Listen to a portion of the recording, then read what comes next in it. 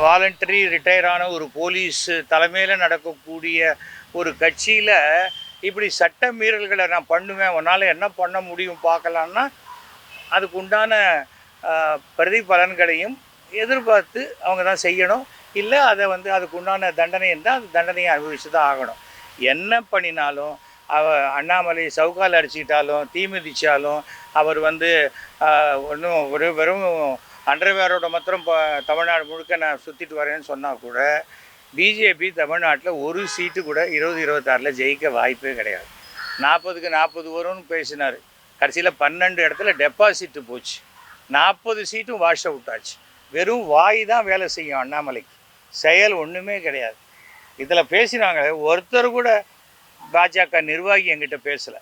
ஏன் இப்படி? ஏன்னா அவங்க எல்லாருக்கும் தெரியும் இவ்வளோ அபத்தமாக பைத்தியக்காரத்தனமாக இருக்கக்கூடிய ஒரு முட்டாள் தலைவனை போய் போட்டிருக்காங்களே நம்ம கட்சியில் அப்படின்னு.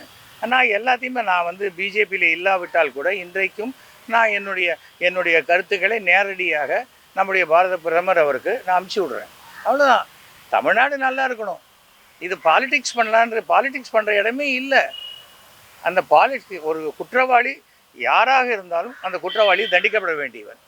அதுவும் அந்த பெண்கள் விஷயத்தில் நடந்து கொள்ளக்கூடிய பாலியல் குற்றவாளிகள் மிக கடுமையாக தண்டிக்கப்பட வேண்டியது. எனக்கு அதில் மாற்று கருத்தே கிடையாது. இதெல்லாம் அந்த அரபு நாடுகளில் இருக்கிற மாதிரி பனிஷ்மெண்ட் கொடுக்கணும்.